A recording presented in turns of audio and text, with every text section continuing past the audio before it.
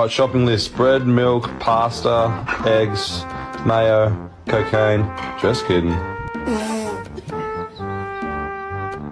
What? It's okay. It's just a kitty kitty.